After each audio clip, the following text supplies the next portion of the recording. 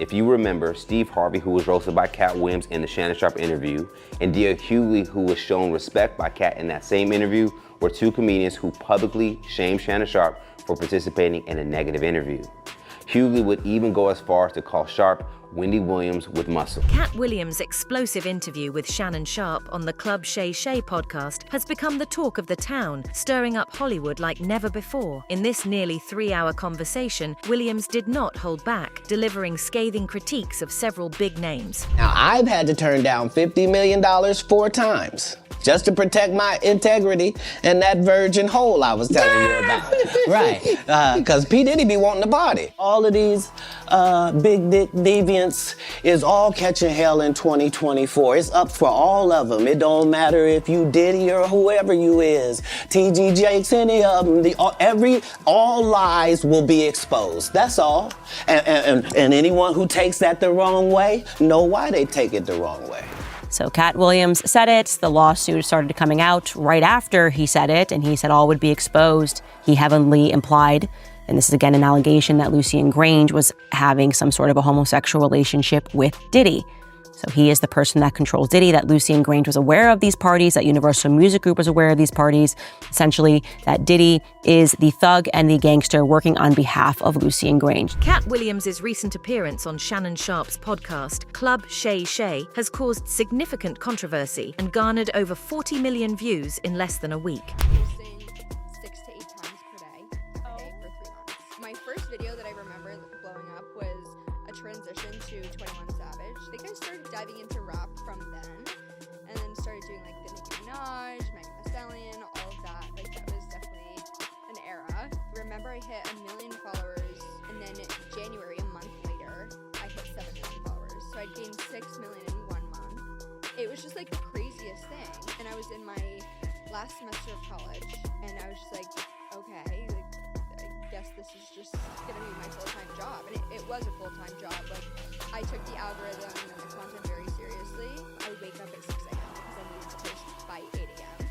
Otherwise, I felt like, okay, the news aren't gonna do it. And this is exactly why I tell you guys, if your strategy is for you to monetize your accounts with a lot of followers, then you want to make sure that you're posting at least 3 to 6 times a day, especially on platforms where you're posting short form content. When I say short form content, I mean content that is less than 60 seconds.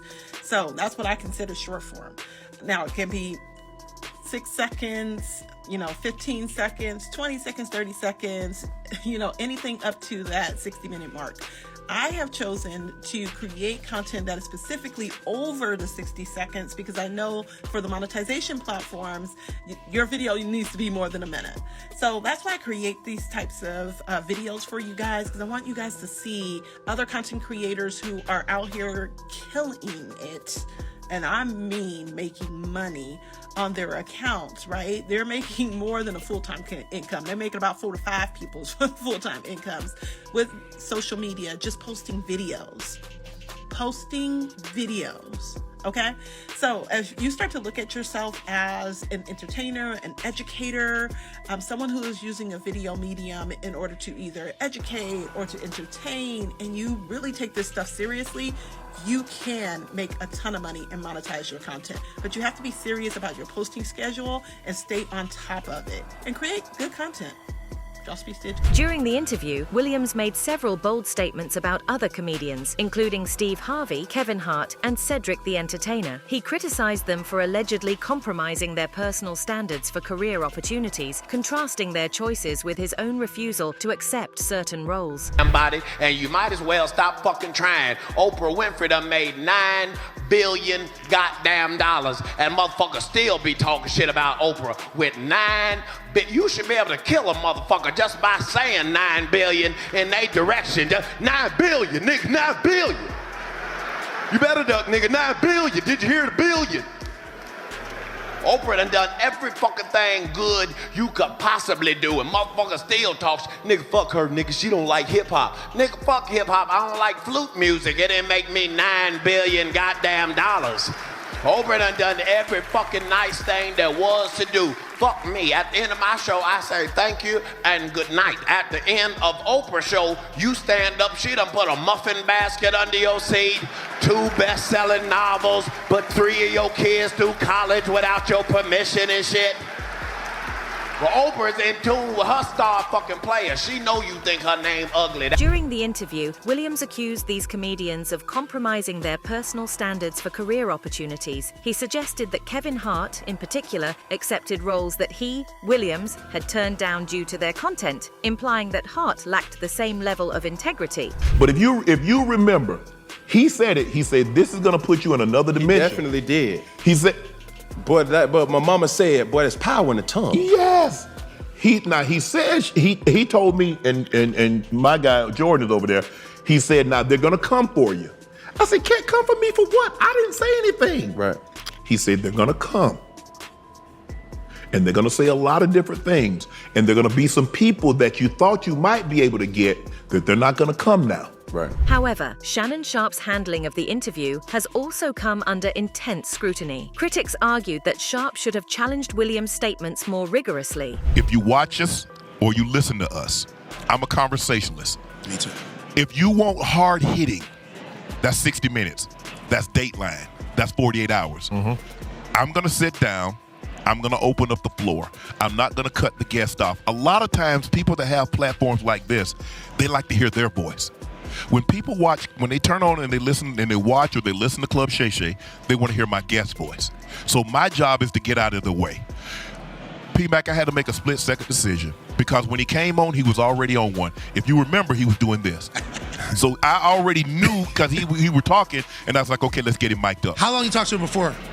We talked, he got there early, so that's why I lost track of time. Because normally when they said, okay, we're going at noon. Sharpe defended his approach, stating that his intention was to provide a platform for his guests to speak freely and share their unfiltered perspectives. Sharpe clarified that he does not see himself as a journalist, but rather as an entertainer whose goal is to facilitate open and honest conversations with celebrities and athletes. Shannon Sharpe says after Katt Williams, guests won't come on his show. He said, now they're gonna come for you.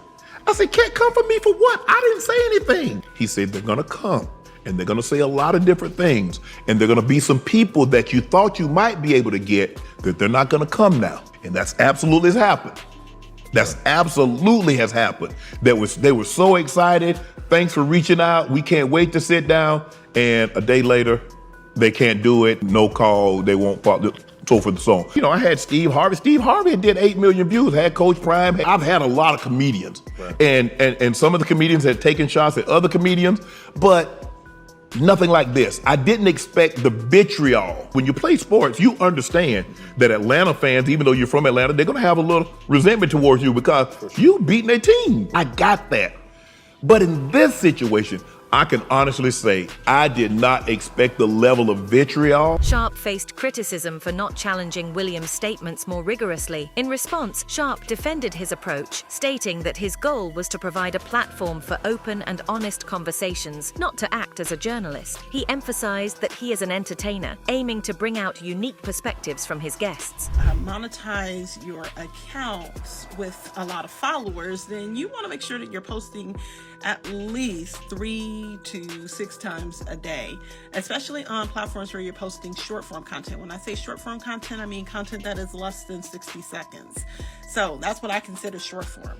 Now it can be 6 seconds, 15 seconds, 20 seconds, 30 seconds, anything up to that 60-minute mark. I have chosen to create content that is specifically over the 60 seconds because I know for the monetization platforms, your video needs to be more than a minute. I said I'm a conversationalist, but what people are upset about is that for some reason people come to me and I don't look at them with judgy eyes. I have no predetermined notion or preconceived notions, and they open up to me. Right. That's what they're upset about, because if you look at a lot of these people that's been on other podcasts, they don't do the views that they do when they come on Club Shay Shay. From the outset, Shannon Sharpe knew that having Katt Williams on his podcast was going to be a game changer. Williams, known for his no-holds-barred comedy and fearless commentary, came prepared, having meticulously studied Sharpe's previous interviews. I think sometimes people in our position that do what you and I do, they want to hear their voice instead of the guest. Well, I can go home and hear myself talk if I wanted to, if that's what I wanted to hear. I think for the most part that people tune in to watch my pod because they want to hear what the guests have to say. I let the guests speak. People say, well, you push back on Amanda Seales. Sharpe acknowledged this, saying he was well aware that Williams had a lot to say and that the comedian was ready to make some headlines. I knew Katt had a lot on his mind and that he was going to speak freely, Sharpe noted, setting the stage for a candid and explosive dialogue. Katt, he had studied every interview that I had done, conversation I had, he had studied. Because a lot of things that we didn't mention on the show, he was talking about it but if you notice, he was like, he was doing this, he did this a lot. So his recall, everybody, everything that somebody had said, that he had a question, it didn't happen like that. The interview also delved into Williams' Hollywood experiences, including his claim that he removed a sexual assault scene from his breakout movie, Friday After Next. This claim was publicly denied by Ice Cube, the film's creator, adding another layer of controversy to the interview. What's cracking? It's your homie Ice Cube. Everybody been checking out the internet and Katt Williams. You know, first of all, I just want to say, you know, we shot that movie over 20 years ago, so, you know, people have different perspectives and it's been a long time. Kevin Hart, one of Williams' primary targets, responded with humor, advising Williams to let go of his anger and promoting his upcoming film, Lift, in the process. The fallout from the interview saw a mixed response from the public and the industry. While some applauded Williams for his candor, others criticized him for seemingly attacking his peers without provocation. I said it, and this sums it up well. Like, you don't entertain the circus, you watch it. Right? And when a lion comes out and rides the bike, you don't think about it too hard. You just go, okay, that's crazy. The lion's riding the bike. And then you go home and enjoy the rest of your day. I don't feed into the stuff at all. At the end of the day, it's all entertainment to a certain degree. So you just hope that people can be smart enough and have a tremendous amount of logic to just go and possibly do research or fact check. And if they do, then great. If they don't, then kudos to that as well.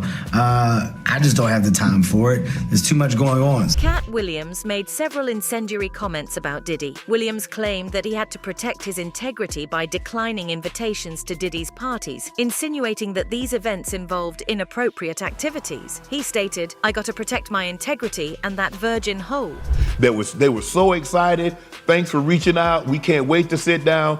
And a day later, they can't do it. And then no call, they won't follow, so forth and so on. So I understand what comes along with an interview like that.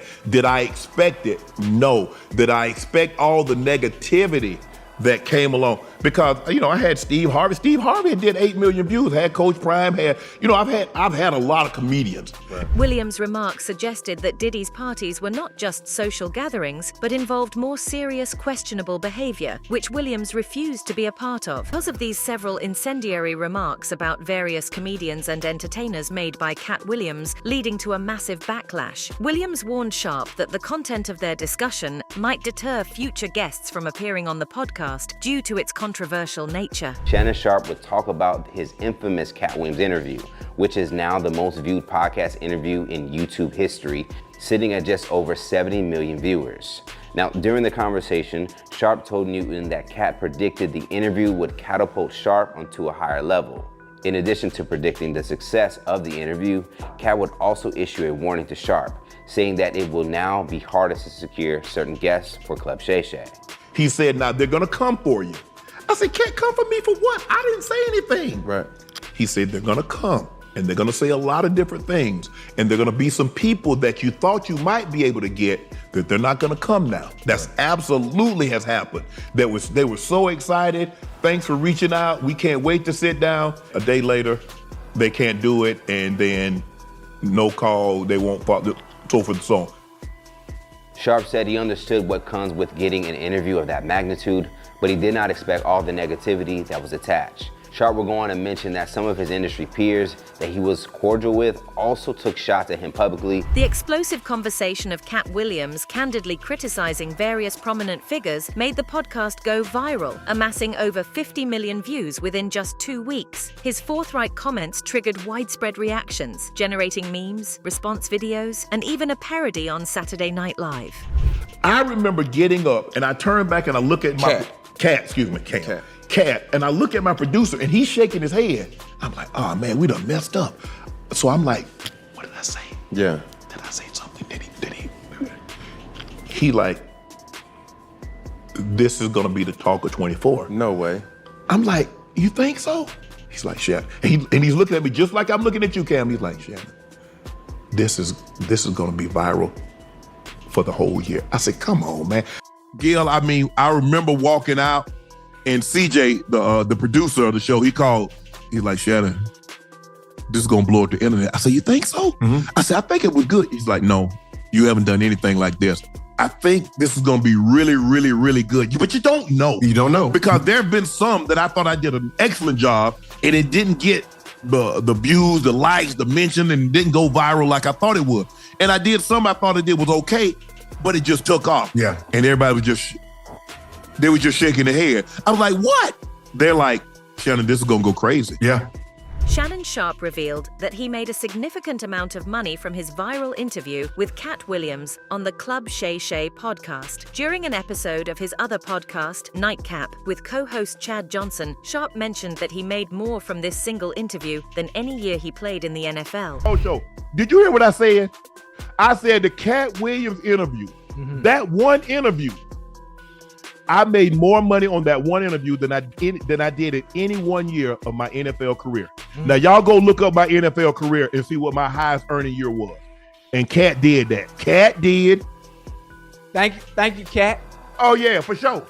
Thank you, Katt. Some people on the internet have done the calculations based on this hint given by Shannon and concluded that Shannon may have earned more than $5 million from this single podcast. Shannon Sharpe apparently made over $5 million from the Katt Williams interview. And not to pocket watch another man, but this is incredible. Said he made more from that one interview than he did in any year of playing in the NFL.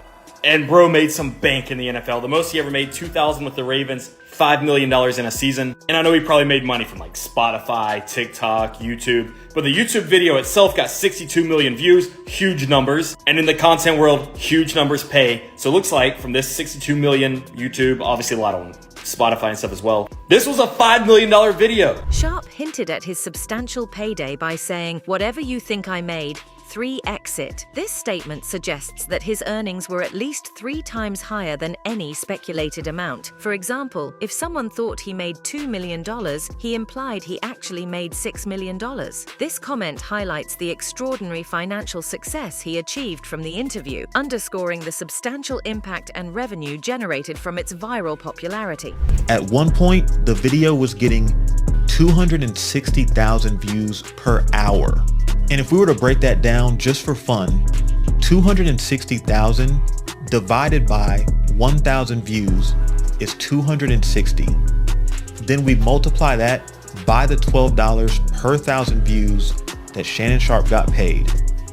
At one point, he was making over $3,000 an hour. Overall, Katt Williams' interview on Club Shay Shay has not only ignited controversy, but also cemented the podcast's place in media, highlighting the complexities of maintaining integrity in Hollywood and sparking debates that continue to resonate. That is it for today. Stay tuned until next time.